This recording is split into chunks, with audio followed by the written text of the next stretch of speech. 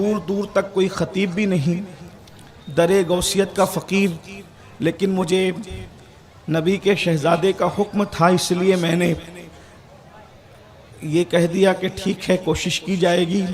اللہ تبارک و تعالیٰ میری اور آپ سب کی حاضری کو قبولیت کا شرف عطا فرمائے۔ عرس کی تقریب ہے، سالانہ تقریب ہے، اس سے ایک سال گیپ کر کے میں اس سے پہلے والے سال بھی حاضر ہوا تھا۔ اللہ تبارک و تعالیٰ صاحب عرس حضرت سیلار شاہ رحمت اللہ علیہ کے فیوز و برکات سے ہم سب کو مالا مال فرمائے۔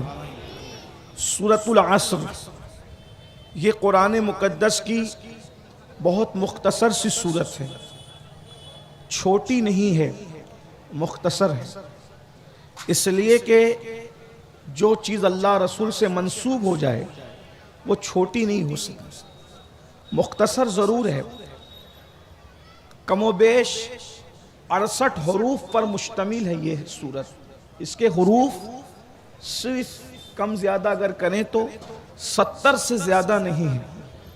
3 آیتیں ہیں، 68 حروف ہے، مکۃ المکرمہ میں نازل ہوئی ہے، لیکن فصاحت اور بلاغت کا ایسا سمندر ہے کہ سیدنا امام شافعی رحمت اللہ علیہ فرمایا کرتے تھے کہ اگر بالفرض پورا قرآن نازل نہ بھی ہوتا، صرف یہ ایک سورت ہی نازل ہو جاتی اور لوگ اسی ایک سورت پر عمل کر لیتے تو بھی یہ سب کی نجات کے لیے کافی ہوتی، یعنی ایک ہی سورت سب کی نجات کے لیے کافی ہوتی۔ اس سورہ مبارکہ پر آج گفتگو کرنی ہے، مومن کی 4 صفت، مومن کی 4 صفت، یا یوں کہہ لے کامیاب انسانوں کی 4 صفت۔ اگر کوئی دنیا اور آخرت میں کامیابی چاہتا ہے، یہ 4 صفتیں اپنے اندر پیدا کر لیں، انشاءاللہ تبارک و تعالی وہ دنیا میں بھی کامیاب رہے گا، آخرت میں بھی کامیاب رہے گا۔ یہ سورہ مبارکہ اس قدر مقبول تھی صحابہ کے درمیان، یوں تو بس پورے قرآن سے وہ محبت کرتے تھے، لیکن صحابہ کرام اکثر جب ایک دوسرے سے ملتے تو جدا ہونے سے پہلے سورۃ العصر کی تلاوت کرتے، یعنی اس کے مضمون کو بار بار ریپیٹ کرتے۔ کیا ہے سورۃ العصر؟ اس کا نام سورۃ العصر ہے، یعنی اللہ رب العزت نے اس کے آغاز میں عصر کی قسم یاد فرمائی ہے، والعصر قسم ہے زمانے کی، اس لیے کہ علماء اچھی طرح جانتے ہیں، اہل علم کو یہ پتا ہے کہ اللہ رب العزت کا جو قرآن ہے، اس کلام کا یہ معجزہ ہے، اس کلام کا یہ اعجاز ہے کہ قرآن کی ایک ایک آیت کی کم و بیش 70 ہزار جو ہے وہ تفاسیر ہے۔ ظاہری تفاسیر اتنی زیادہ ہے، باطنی تفاسیر کا تو اندازہ ہی نہیں ہے، بلکہ ہمارا عقیدہ یہ ہے، امام عبدالوہاب شعرانی لکھتے ہیں کہ قرآن کا نزول بند ہوا ہے، قرآن کا نزول بند ہوا ہے، لیکن معنی نزول قرآن ابھی تک بند نہیں ہوئے ہیں۔ مومنوں کے دل پر ابھی بھی قرآن کے معنی کا نزول ہوتا ہے۔ آیتوں کا نزول تو نہیں ہو سکتا، لیکن آیتوں کے نئے نئے معنی ہر دن مومنوں کے سینے پہ نازل ہوتے ہیں، ہر پل نازل ہوتے ہیں۔ گویا کہ قرآن کی ایک آیت کی حتمی تفسیر کوئی نہیں کہہ سکتا کہ صرف یہی ہے، اس لیے کہ ہر دن نیا معنی ہے۔ میں تو سوچتا ہوں جب غالب اور اقبال کے اشعار کے اتنے معنی نکل سکتے ہیں تو میرے اللہ کے کلام کے کتنے معنی ہوں گے؟ جب مخلوق کے کلام کے اتنے معنی ہیں تو خالق کے کلام کے کتنے معنی ہوں گے؟ والعصر، میں جلدی سے سارے معنی کو پڑھنے کی کوشش کروں گا۔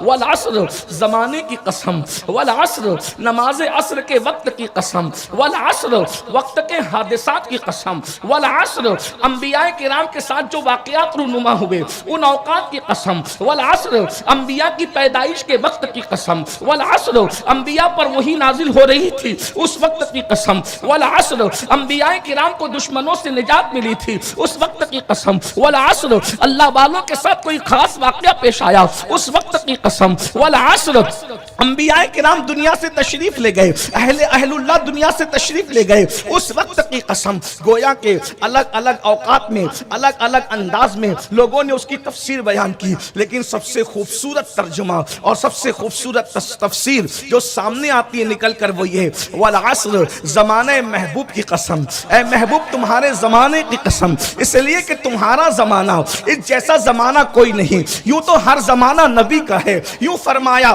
یہ رب فرمایا محبوبہ زمانے سارے تیرے ہیں. یہ رب فرمایا محبوبہ زمانے سارے تیرے ہیں. عرش والے فرش والے دیوانے سارے تیرے ہیں.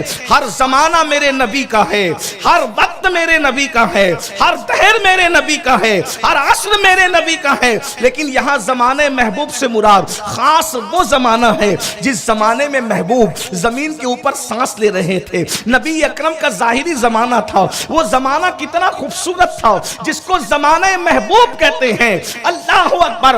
عرش والے لباس بشر میں فرش پر بار بار آ رہے تھے. بے لقائے یار ان کو چین آ جاتا اگر بار بار آتے نہ یوں جبریل سدرہ چھوڑ کر.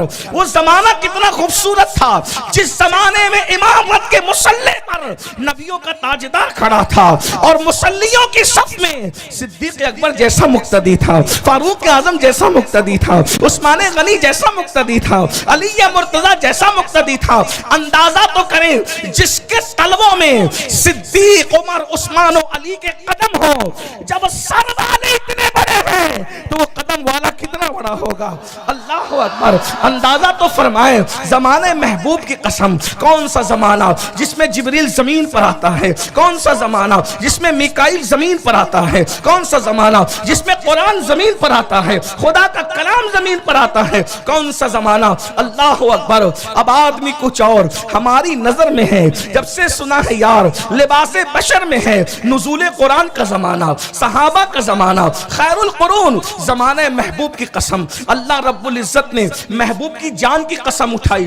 پوری کائنات میں اللہ نے کسی کی جان کی قسم نہیں اٹھائی. لعمرک کیف فرما کر کے محبوب کی جان کی قسم اٹھائی. اللہ اقسم بہذا البلد کہہ کر نبی کے خاک پاک کی قسم اٹھائی. اللہ اکبر. یا ایھا المزمل کہہ کر نبی کے چادر میں استراحت کرنے کی قسم یاد فرمائی. یا ایھا المدثر کہہ کر نبی کے کمبل اوڑھنے کی قسم یاد فرمائی. لا والضحیٰ کہہ کر نبی کے چہرے پر جس سے جو زلفیں سور جاتی ہے اس کی قسم یاد فرمائی. واللیل کہہ کر چہرے مصطفیٰ پر زلفوں کے بکھرنے کی قسم یاد فرمائی. غرض کے قسم کا انداز ہر وقت بدلتا جا رہا ہے. یہاں پر والعصر محبوب تمہارے زمانے کی قسم، حبیب تمہارے زمانے کی قسم. اب قسم اٹھائی جا رہی ہے اور اس کے بعد کہا جا رہا ہے ان الانسان لفی خسر. ہر انسان گھاٹے میں ہے.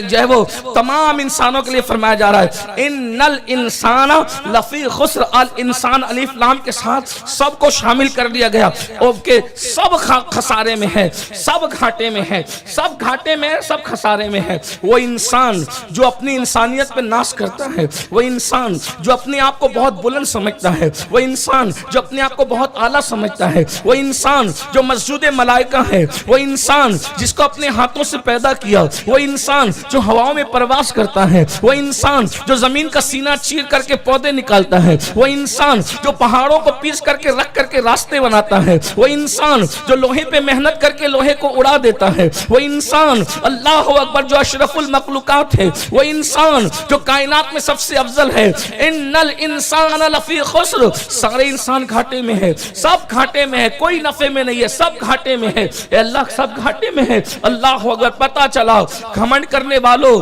دولت کما لو پھر بھی گھاٹے میں ہو، مال کما لو پھر بھی گھاٹے میں ہو، عزت کما لو پھر بھی گھاٹے میں ہو، بچے تمہارے ہیں پھر بھی گھاٹے میں ہے، دنیا عزت کر رہی پھر بھی گھاٹے میں ہو. وجہ دیکھ لیجئے صدیوں تک حکومت کرنے والا فرعون کیسے گھاٹے میں تھا.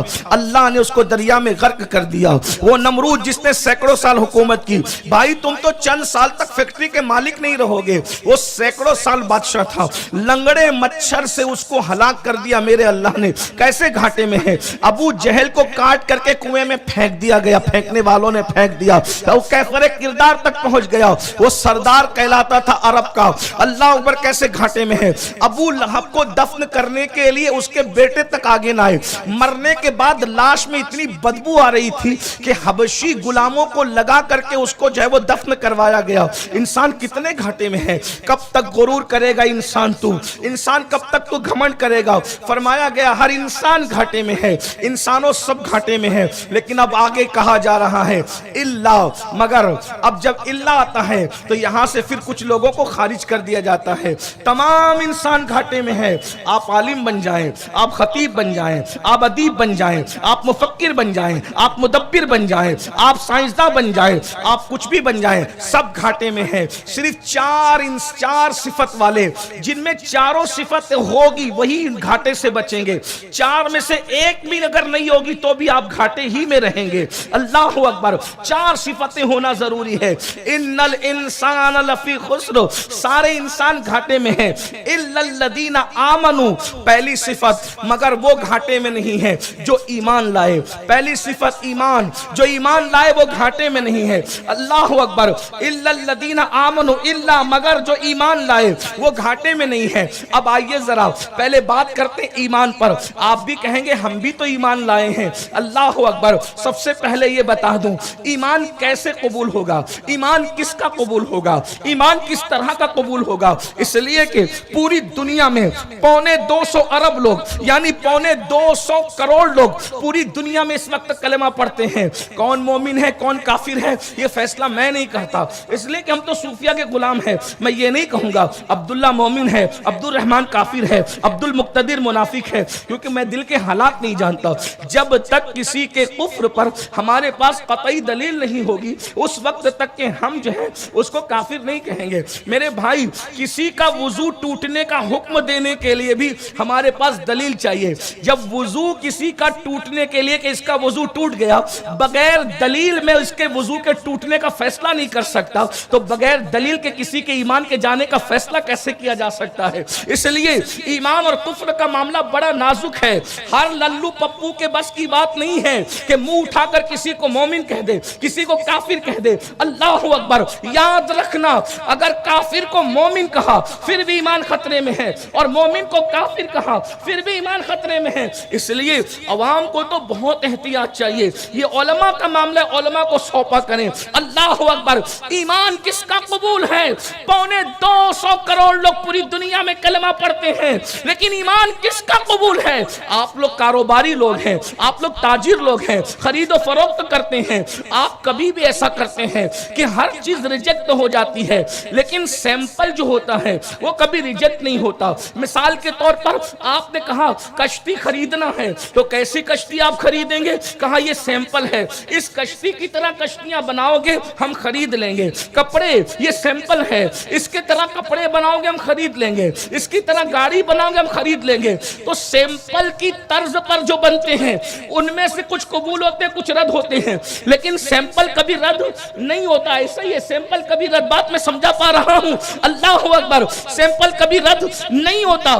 اللہ اکبر, تو اللہ نے ایمان کے لیے ہمیں سیمپل بتایا ہے. کیا سب کا ایمان قبول نہیں کروں گا. اللہ اکبر, مشرق کا ہو, مغرب کا ہو, سعودی کا ہو, ایران کا ہو, یمن کا ہو, ہند کا ہو, سندھ کا ہو, کسی خطے کا ہو, مغل ہو, پٹھان ہو, سید ہو, کوئی ہو, کسی کا ایمان قبول نہیں کروں گا. کب تک؟ یہ سیمپل دے رہا ہوں. ایسے ایمان لاؤ. کیسے؟ وَإِذَا قِيلَ لَهُمْ آمِنُوا كَمَا آمَنَ النَّاسِ, کیسے ایمان لاؤ؟ ان کی طرح ایمان لاؤ. عبداللہ ابن ابی کی پارٹی کو کہا گیا قِيلَ لَهُمْ آمِنُوا كَمَا آمَنَ النَّاسِ, لوگوں ایسے ایمان لاؤ. سیمپل اللہ دے رہا ہے, ایسے ایمان لاؤ الناس, جیسے یہ لوگ ایمان لائے. تو یہ لوگ کون ہے؟ اللہ نے سیمپل بتایا. کسی کا ایمان قبول نہ ہوگا, میں نے جو سیمپل رکھا ہے ایسے ایمان لاؤ. مولا یہ سیمپل کیا ہے؟ کہ ابو بکر کی طرح ایمان لاؤ, عمر کی طرح ایمان لاؤ, عثمان کی طرح ایمان لاؤ, علی کی طرح ایمان لاؤ, سعد کی طرح, سعید کی طرح, طلحہ کی طرح, زبیر کی طرح, بلال کی طرح, خالد ابن ولید کی طرح, ابو عبیدہ ابن الجراح کی طرح ایمان لاؤ, تب تمہارا ایمان قبول کیا جائے.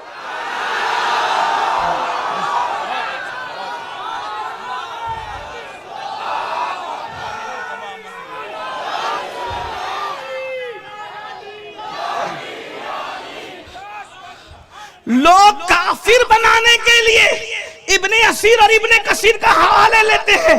میں نے کہا اتنے پیچھے کا حوالہ نہیں, ہم تو ابھی کتاب اللہ کی طرف آ رہے ہیں.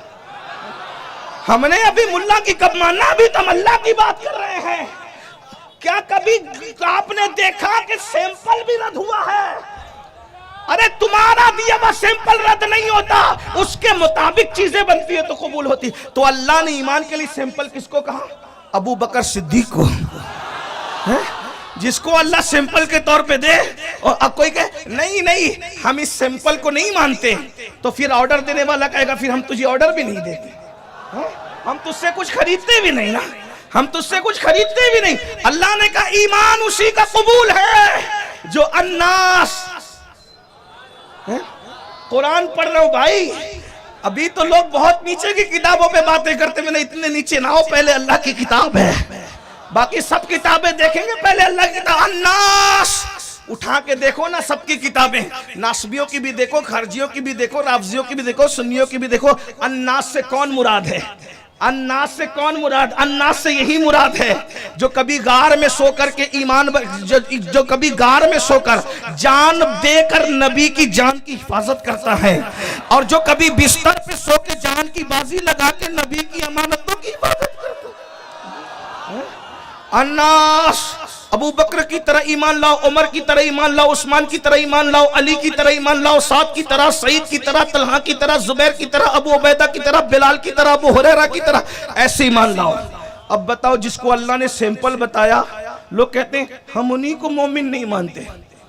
واہ بھائی, آپ تو اس کا مطلب یہ اللہ تو کہہ رہا ہے جو ایسے ایمان لائے گا ابو بکر کی طرح اسی کا ایمان قبول کروں گا, اور انہی کو آپ ایمان والا نہیں مانتے. تو اس کا مطلب میرے دو جملے سن لیں. بھاؤ نگر اور گرد نواز سے آنے والوں, برا لگتا ہزار بار برا منا لینا, اور گھروں میں بیٹھ کر جو چھپ کے سن رہے ان سے بھی گزارش ہے, اگر مر کر اللہ کو منہ دکھانا ہے تو ذرا توجہ کر لیں. اگر ابو بکر, عمر, عثمان اور علی مومن نہیں ہیں تو پھر آج کائنات کے اندر کوئی بھی مومن نہیں ہو سکتا. پھر آپ کچھ اور ہیں, پھر آپ کچھ اور ہے. مومن تو صرف وہی ہے جو ان کی طرح ایمان لائے. ورنہ رسول اللہ کے پیچھے نماز پڑھنے والے عبداللہ ابن ابی سے کہا تیرا کلمہ قبول نہیں کروں گا جب تک ابو بکر کی طرح ایمان نہ لائے. رسول اللہ کے دور کے مسلمانوں کو کہا جو اپنے آپ کو مسلمان سمجھ رہے تھے, اللہ نے میں نہیں قبول کروں گا, ان کی طرح لاؤ. اور ان کے ایمان کیسے تھے؟ وقت مختصر ہے ورنہ اسی پر پوری بات پوری ہوتی. ایمان کسے کہتے ہیں, یہ عنوان اتنا بڑا ہے. یہ کیسے مومن تھے؟ یہ ایسے مومن تھے جنہوں نے قرآن کو اپنی آنکھوں سے اترتے دیکھا تھا. یہ ایسے مومن تھے جنہوں نے جبریل امین کو نبی کی گلی میں آتے جاتے دیکھا تھا. یہ ایسے مومن تھے, اللہ اکبر, کہ ان لوگوں نے سب کو چھوڑ دیا تھا رسول اللہ کے لیے. ذرا غور کیجئے, میں عنوان میرا وہ نہیں ہے لیکن میں جلدی سے اس طرف آ رہا ہوں. ذرا غور کیجئے, توجہ فرمائیے گا. میرے آقا صلی اللہ علیہ وسلم فاروق کس طرح کے مومن تھے, صدیق و فاروق, عثمان و علی کس طرح کے مومن تھے. آج تو لوگوں کو تھوڑی سی دھمکی دے دی جائے, جان پر آ جاتی ہے تو ایمان سے ہاتھ دھو بیٹھتے ہیں, نیند کا شوق آتا ہے تو نماز چھوڑ بیٹھتے ہیں, 200 روپے کی لالچ میں اللہ کی جھوٹی قسم کھا لیتے ہیں. لیکن صدیق, فاروق, عثمان, علی, حیدر کرار, بلال, سعد, سعید, طلحہ, زبیر کیسے مومن تھے. لوگ اللہ رسول کی محبت میں بستر چھوڑ کے مسجد نہیں جاتے. یہ ایسے مومن تھے. اللہ نے کہہ دیا کعبہ چھوڑ دو, توجہ کریں, اللہ نے کہہ دیا کعبہ چھوڑ دو. نبی نے کعبے کی طرف پیٹ کیا, سارے صحابہ کعبہ چھوڑ کر مدینہ شریف کی طرف چلے گئے اور بتایا ہمیں کعبے سے کیا کام, ہم تو محبوب کا نقش کفے پا تلاش کرتے ہیں. اور لوگوں کو بتا دیا زمزم کی اہمیت اپنی جگہ, کعبے کی اہمیت اپنی جگہ, صفا مروہ کی اہمیت اپنی جگہ, لیکن ہم سب سے زیادہ اہمیت جس کو دیتے ہیں وہ اپنے محبوب کے نقش قدم کو اہمیت دیتے ہیں. اندازہ تو فرمائیے ایسے مومن تھے, کیسے مومن تھے. آج اللہ اکبر لوگوں کا کیا ایمان ہے. اگر کوئی کہہ دے, یوٹیوب کا نابالغ محقق بیٹھ کر کے کہہ دے کہ نبی کو غیب نہیں تھا, تو پھر آپ اس کے ساتھ بھی ڈھول پیٹتے ہو. ہاں کیا دلیل دی ہے صاحب نے کہ نبی کو غیب نہیں تھا, کیونکہ نبی کو تو معاذ اللہ اپنی بیوی کے ہار کی بھی خبر نہیں تھی. آپ اسی کے ساتھ ڈھول پیٹنے لگتے ہو. پھر کوئی کہتا نہیں غیب کی خبر نبی کو تھی, یہ دلیل کہاں تھی. تو کب تک اس طرح ڈھلمل بنتے رہو رہو گے۔ آؤ، صدیق اکبر کا مذہب کیا تھا، صدیق اکبر کا مسلک کیا تھا؟ وہ راوی کو نہیں دیکھا کرتے تھے۔ مکے کا سب سے بڑا گنڈا راوی بن کر صدیق کے پاس آتا ہے، مشہور روایت، اسی اشارہ دے کے آگے بڑھنا ہے تاکہ ایمان کی اہمیت پتا چلے، اور آ کر کہتا ہے اگر کوئی یہ بات کہتا ہے اللہ اکبر کہ میں رات کے مختصر سے حصے میں مسجد حرام سے اقصی گیا، واپس آیا، زنجیر ہل رہی تھی، بستر گرم تھا، کیا بات مانی جائے گی؟ صدیق اکبر نے یہ نہیں کہا کہ نہیں مانی جائے گی، اس لیے کہ صدیق اکبر جانتے ہیں کہ یہ دور ہر دور کی طرح نہیں ہے، یہ زمانہ ہر زمانے کی طرح نہیں ہے، اس دور میں اللہ کا محبوب زمین کے اوپر سانس لے رہا ہے۔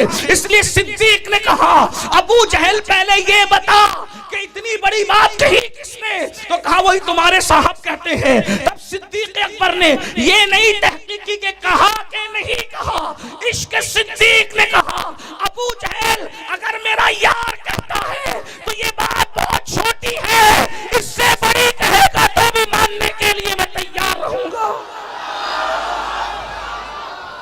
یہ ایمان تھا ان لوگوں کا۔ اللہ نے کہا ایسے ایمان لاؤ۔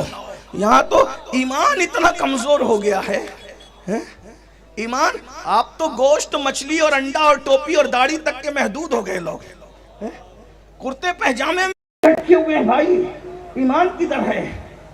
ایمان کدھر ہے؟ اگر ایمان مضبوط ہوتا تو مسلمان یہ نہ کہتا کہ مولانا جھوٹ بولے بغیر کاروبار نہیں چلتا۔ یہ مومن کی بولی تھوڑی ہے، یہ تو منافقوں کی بولی ہے۔ اس لیے کہ اللہ نے جس کو حرام قرار دیا ہے اس کے بغیر تو سب کچھ چلنا ہے۔ آپ سے پوچھنا چاہتا ہوں، ڈاکٹر کہہ دے کہ اس کے بغیر کام چل جائے گا تو کام چلا لیتے، اور اللہ کہہ دے کہ اس کے بغیر کام چلاؤ تو کہتے کہ کام نہیں چلتا۔ تو مومن ہو کہ معاذ اللہ منافق؟ میں آپ کو گالی دینے نہیں آیا، لیکن میں تو یہی کہتا ہوں نا کہ اللہ فرماتا ان کی طرح ایمان لاؤ۔ کیسے؟ ہم تو مال کے لیے اللہ کو چھوڑ دیتے ہیں، انہوں نے اللہ کے لیے باپ کو چھوڑ دیا۔ ایمان اس طرح کا تھا نا، حضرت فاروق اعظم نے آستینیں چڑھائی بدر میں، کہا حضور وہ جو سامنے کھڑا ہے نا وہ میرا ماموں ہے، حضور مجھے اجازت ہے اس کی گردن اڑا دوں تاکہ لوگوں کو پتہ چل جائے ہمارے ہاں خون کے رشتوں کی اہمیت نہیں ہے، ہمارے ہاں تو نبی کی عقیدتوں کی اہمیت ہے۔ اگر ایسے عمر پر بھی لوگ کہتے ہیں کہ وہ مومن نہیں ہے تو پھر میں پوچھنا چاہتا ہوں کہ پھر تو کون سا مومن ہے بھائی؟ تو نے کیا قربانی دی ذرا وہ بھی تو بتا۔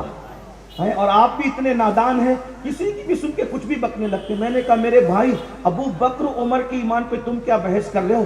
جن کو ماننا ایمان ہے، اگر ان ابو بکر عمر مومن ہے یا نہیں اس پر تو کوئی بحث ہی نہیں ہوتی، ہو ہی نہیں سکتی۔ کیوں؟ اس لیے کہ جن کو ماننا ایمان ہے، ابو بکر عمر عثمان و علی وہ ہیں جن کو ماننے کا نام ایمان ہے۔ لوگ کہتے ہیں ان کو ماننا کب سے ایمان ہو گیا؟ میں نے کہا اللہ فرماتا ہے، اللہ فرماتا ہے، کیا فرماتا ہے؟ صراط الذین انعمت علیہم، صراط مستقیم وہ ہے اللہ کا راستہ، وہ ہے جن بندوں پر اللہ نے انعام کیا۔ تو کن پہ انعام کیا؟ انعم اللہ علیہم من النبیین، جن پر انعام کیا وہ نبیین ہیں، اس پر معاملہ ختم نہیں کیا۔ پھر میں والصدیقین، اللہ کا راستہ صرف نبیوں کے راستے پہ چلنے کا نام نہیں ہے، ساتھ میں اللہ نے نبیوں کے ساتھ صدیقین کو بھی شامل کیا۔ صدیقین والشہداء، شہید لوگ، والصالحین، اور اللہ کے اولیاء، چار لوگوں کے راستے پہ چلنے کا نام ہے صراط مستقیم۔ تو یہ جو صدیقین جتنے بھی دنیا میں ہوئے نا صدیقین، آدم علیہ السلام کے زمانے سے لے کے امام مہدی کے زمانے تک جتنے صدیقین ہیں وہ سارے صدیقین کے سردار کو ابو بکر صدیق کہتے ہیں۔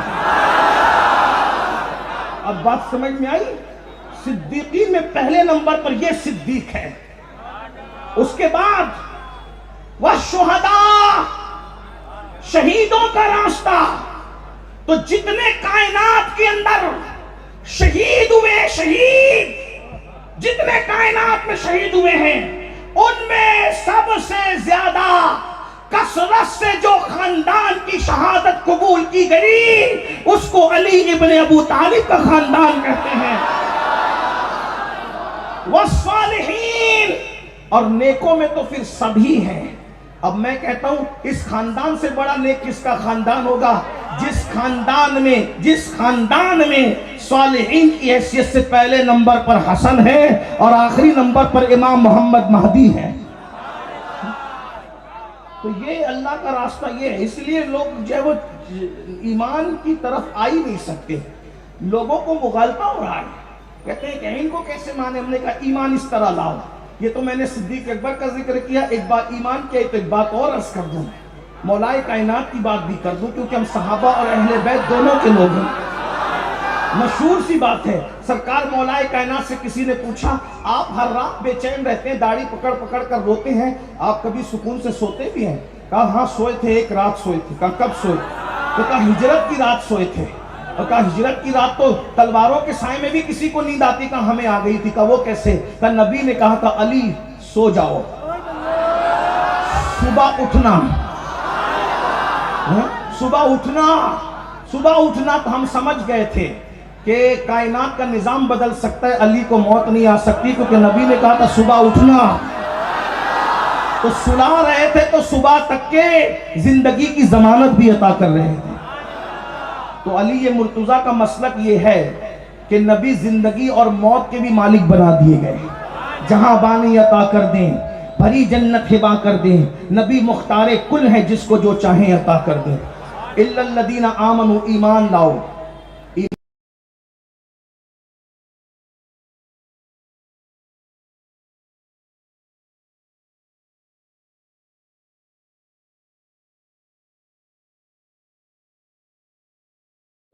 تو ان کا ایمان کدھر ہے؟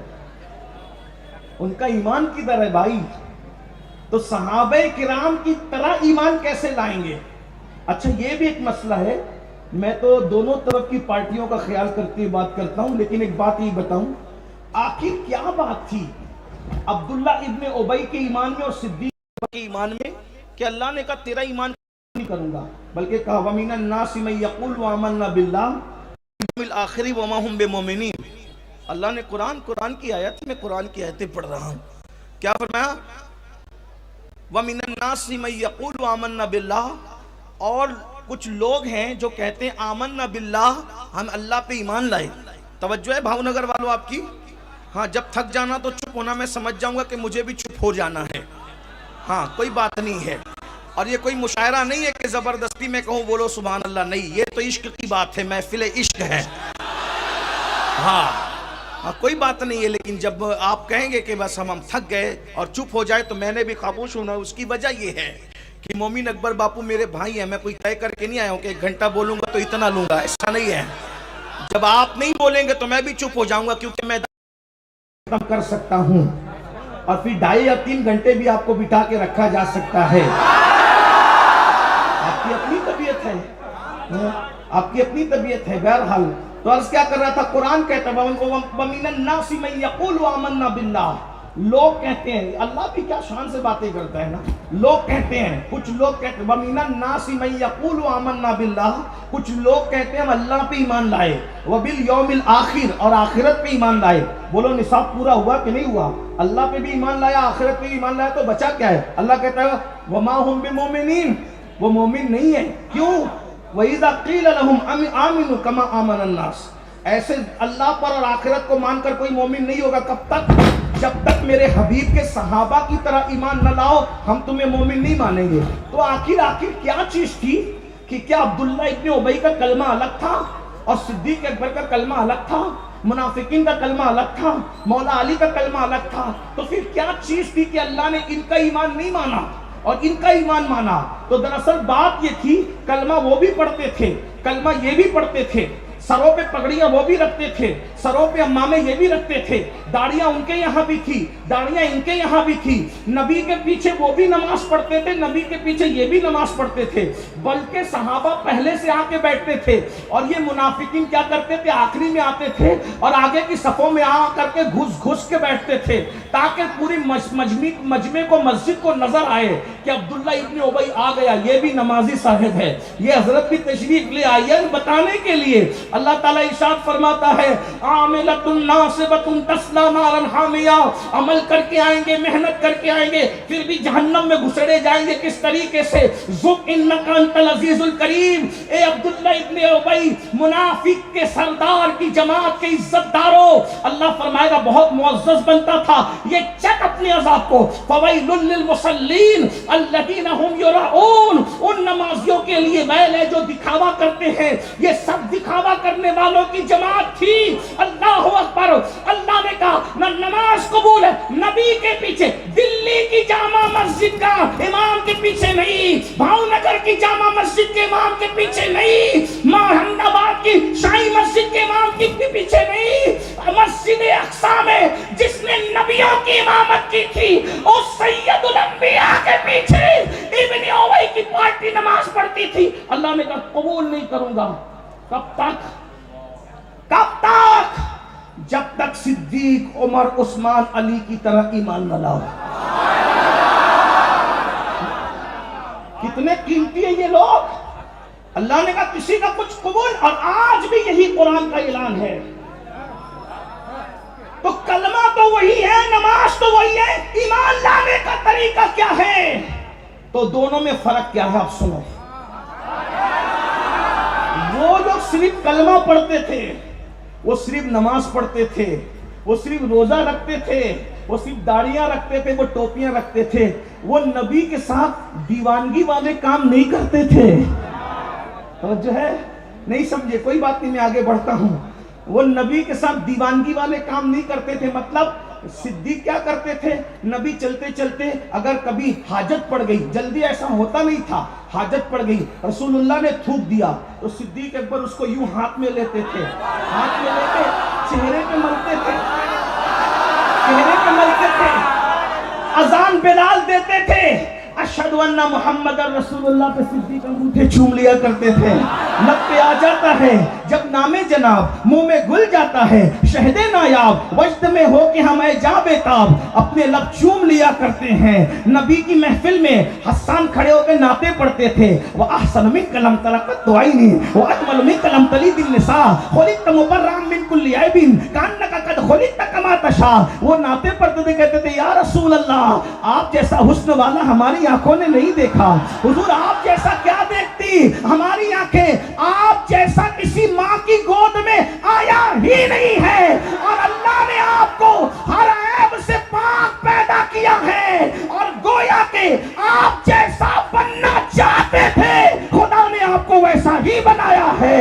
14ویں صدی میں حسام الہند اس کی ترجمانی یوں کرتا ہے, وہ کمال حسن حضور ہے کہ گمان نقص جہاں نہیں, یہی پھول کھاد سے دور ہے, یہی شمع ہے کہ دھواں نہیں. میں نثار تیرے کلام پر ملی یوں تو کس کو زبان نہیں. وہ سخن ہے جس میں سخن نہ ہو, وہ بیان ہے جس کا بیان نہیں. وہ شاہ عرب کے بڑے بڑے تیرے آگے یوں دبے لچے, کوئی جانے منہ میں زبان نہیں بلکہ جسم میں جان نہیں. ستابہ قدم ہے تنے سلطان زمن پھول, لب پھول, دہن پھول, زکن پھول, بدن پھول. واللہ جو مل جائے میرے گل کا پسینہ, مانگے نہ کبھی عطر نہ پھر چاہے دلہن پھول. دندان و لب و زلف رو کے شاہ کے فدائی, دندان و لب و زلف رو کے شاہ کے فدائی ہے. در عدن لال یمن مشک ختن پھول, دل اپنا بھی شیدائی ہے اس ناخن پاکا, اتنا بھی مہے نو پہ نائے چر کے کوہن پھول. اور کیا بات رضا اس چمنستان عرب کی, زارا گلی جس میں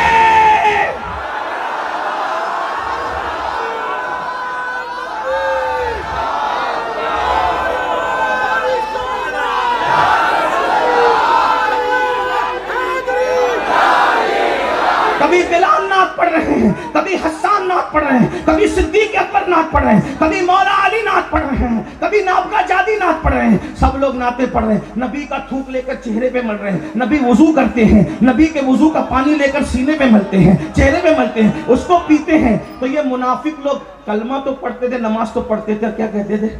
یہ بیوقوفوں کو دیکھو. کیا کہتے تھے؟ بیوقوف. کن کو؟ صحابہ کو. اپنی طرف سے نہیں کہہ رہا ہوں.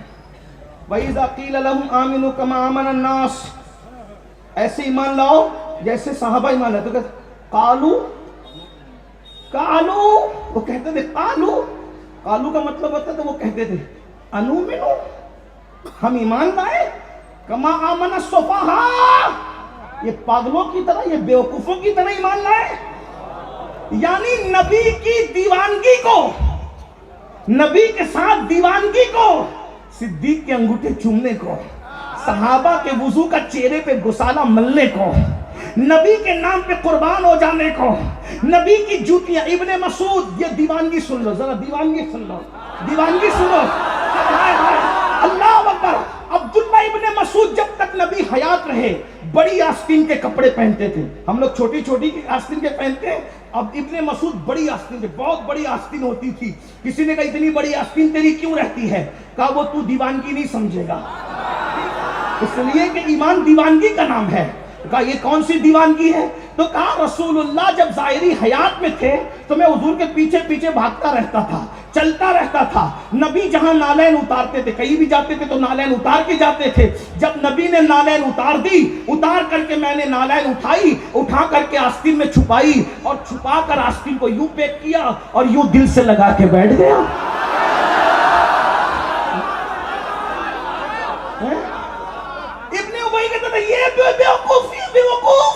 یہ بیوقوفوں کی طرح نالین بھی کوئی سینے سے لگائی جاتی ہے، اور نالین تو چوکھٹ کے باہر رکھی جاتی ہے، لیکن اس کو نہیں پتا تھا وہ اوروں کی نالین ہے جو چوکھٹ کے باہر رکھی جاتی ہے۔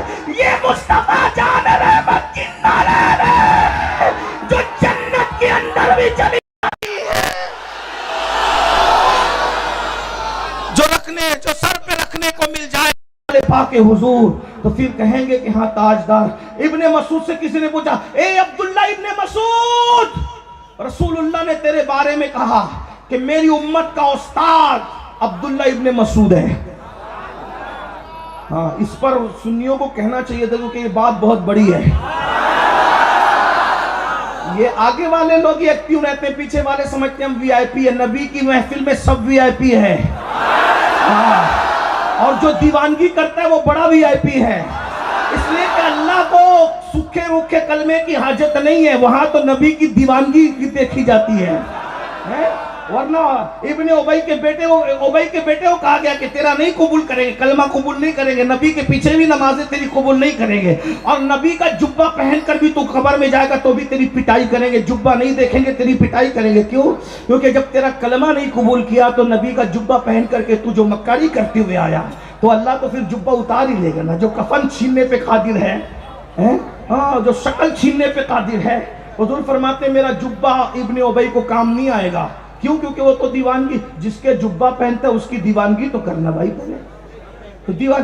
ابن مسعود کو آقا نے کہا میری امت کا معلم الامہ عبداللہ ابن مسعود ہے۔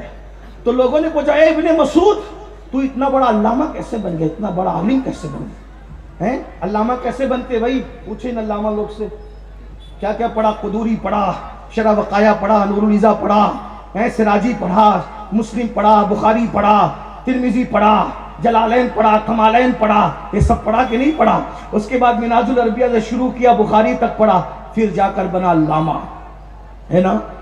اور تو یہ پڑھ کے علامہ بنا، لیکن ابن مسعود کو حضور نے معلم الامہ کہا، وہ کون سی بخاری پڑھے بھئی؟ بخاری تو ان کا صدقہ ہے، نور النزا والا تو ان کا غلام ہے، قدوری تو ان کا کفش بردار ہے نا؟ رازی تو ان کا خوشہ چین ہے۔ تو ابن مسعود سے کسی نے پوچھا اے ابن مسعود، تو امت کا معلم استاد کیسے بن گیا، کیا ہوا؟ ابن مسعود کہتے ہیں میں نبی کی نالین کو آستین میں چھپاتا اور چھپا کر سینے سے لگا کر کے بیٹھا رہتا، نبی کی نالین سینے پہ رکھ کے اللہ نے مجھے اتنا بڑا عالم بنا دیا۔ جس کی نالین اتنا بڑا علامہ بناتی ہے اس کے سینے کا عالم کیا ہوگا، سیرے عالم نشرہ کا عالم۔ تو یہ سب اچھا چھپا کے بیٹھنے کی ضرورت کیا تھی؟ اس کا مطلب یہ تھا کہ اگر کوئی دیکھ لے گا تو چھین ضرور لے گا، کیونکہ اس کا بھی عقیدہ وہی تھا، اس لیے چھپا کے بیٹھتے تھے نا، ہاں کہ کوئی دیکھ نہ پائے۔ یہ دیوانگی تھی۔ ان کو کیا کہتے تھے؟ آمنو قالوا انؤمنو کما آمن السفہاء۔ ان بیوقوفوں کی معاذ اللہ استغفر، میں ان کا جملہ اللہ نے نقل کیا، میں صرف سمجھانے کے لیے کہہ رہا ہوں، ورنہ ہم کیا کہیں گے؟ قرآن پڑھنے کے لیے تو مجھے بتانا ہو۔ صفی کہتے ہیں، صفی بیوقوف کو، صفحہ جمع ہے، ہے نا لوگ علماء بیٹھے میں جانتے ہیں ہاں جمع ہے، ان بیوقوفوں کی طرح ایمان لائے؟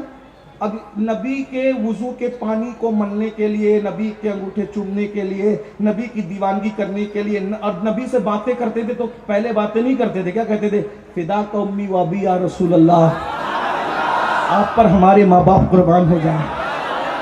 یہ مذاق اڑاتے ہیں کہ بیوقوف لوگ اپنے ماں باپ ان پہ قربان کرتے ہیں، کہتے ہیں اپنے ماں باپ ان پہ قربان۔ نبی پاک کی محفل میں جاتے تو منہ میں پتھر رکھ کے جاتے، آواز اونچی نہ ہوگا، دیکھو ان کو اپنی طرح بشر ہے اور ان کا اتنا ادب کرتے ہیں۔ آ گئی نا وہی بولی، آ گئی نا وہی بولی۔ کلمہ تھا، دیوانگی نہیں۔ عقل کے ترازو پہ نبی کو توڑ رہے تھے، اللہ نے کہا ان کی طرح ایمان لاؤ تو کہا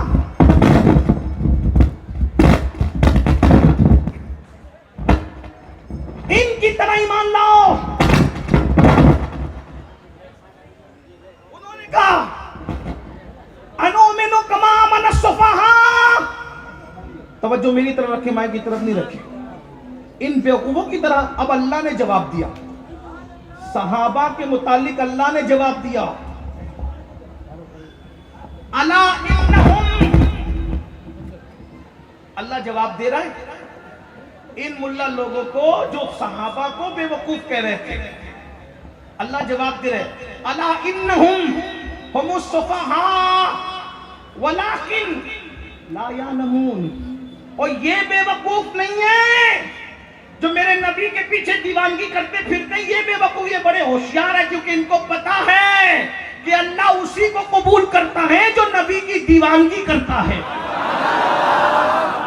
بس اس سے زیادہ میں ایمان پر اور کیا بات کروں، لیکن اور تفصیل ہے، مگر اب میں آپ سے پوچھتا ہوں، بولو صدیق اکبر کی طرح دیوانگی ہے؟